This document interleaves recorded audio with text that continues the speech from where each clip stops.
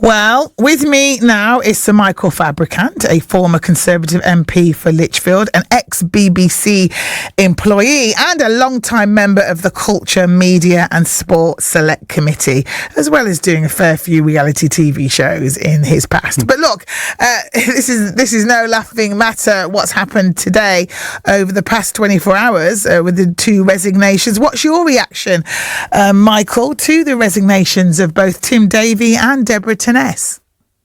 Well, I think Deborah had to go because she is the head of BBC News, and this was all part of the BBC News format.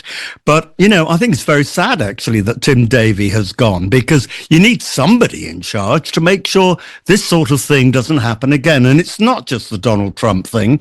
There have been other examples of strange bias in BBC London, and I'm emphasising London, I'll explain why in a minute, over the coverage of Gaza, also the coverage of trans issues. And there's this amazing case now of a BBC television newsreader getting into trouble because her teleprompter talked about a pregnant person and she corrected it and said pregnant woman. And she's been told off for that and possibly might be suspended. So, there is trouble up mill, and the mill is down in London, not actually in Old Pebble Mill or indeed in the Birmingham at the moment, because the problem is that London has got a very, very different ethos, I think, from the rest of the country, not just in the BBC, but voting patterns, attitudinal patterns, and all the rest of it. And the problem is it doesn't actually fit in with what most people outside London think. Okay, and there's a real problem. And as you know, someone who's worked at the BBC, the majority of people who work for the BBC, are very strict about impartiality. It's drilled down our throats every single day. The people living in London will say, actually, Michael, you're wrong. We are not biased. We are very, seasoned and important journalists. And we know that the BBC thrives on its trust and impartiality. But look, you wrote on X that these resignations won't make any difference to the unprofessionalism in the BBC. What did you mean by that? Well, what I mean by that is you need Tim Davie, somebody, to actually be Director General. On a BBC lunchtime radio show this morning, The World at One, they were discussing the fact that it's probably going to take 6 to 9 months to appoint a new Director General.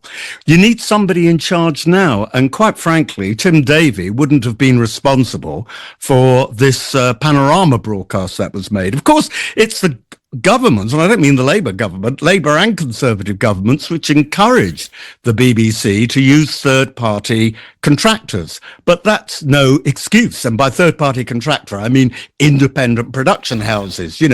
Britain has got one of the best radio and television and largest radio television sectors in the world because of the contracting out that stations like the BBC, Channel 4 and ITV all do. But you still have to be responsible for that output.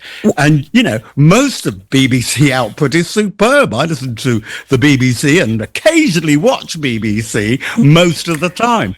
But it really is an issue now when journalists in London don't seem to have the ethos that was drummed into me when I worked for the BBC. Okay, I mean, look, this $1 billion lawsuit that Donald Trump is threatening, if that goes all the way, we're going to pay for it. Do you not think that it's sort of, bizarre or indeed unfair for him to be threatening to what would cripple, in many effects, the BBC if this legal threat went ahead?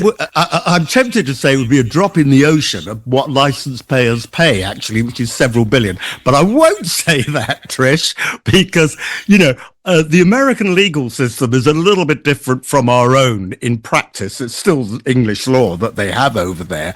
But just because he talks about $1 billion, if there is any payment made at all, I'm sure it'll be a tiny fraction of that. So neither you nor your fellow workers in the BBC in London will fear that the BBC is going to suffer greatly as a consequence. Well, no. I was thinking about the license. I was talking about the license fee payers.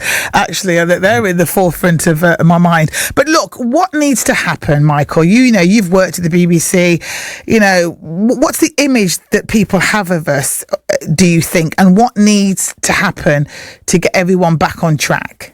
Well, there needs to be much stricter management at middle ranking, not top ranking, not like the Director General, but middle ranking management in BBC News really have to be much, much tougher at making sure that what is woke on trans issues maybe, or what is woke about attitudes towards Donald Trump isn't reflected in what is being broadcast. Because at the end of the day, as you quite rightly say, Trish, people have got to be professional in their work.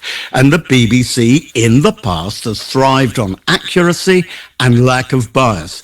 But as I say, it's not just the Trump issue, it's Israel-Gaza conflict, it's also this trans issue business, and I'm very, very supportive of trans issues, I might add. I'm very, very socially liberal, but it is going to extreme now when BBC editors are talking about pregnant people when they mean pregnant women in order to be politically correct. We all know in Birmingham and the West Midlands and Lichfield that sort of thing is nonsense. Funnily enough, in London, it's not considered nonsense.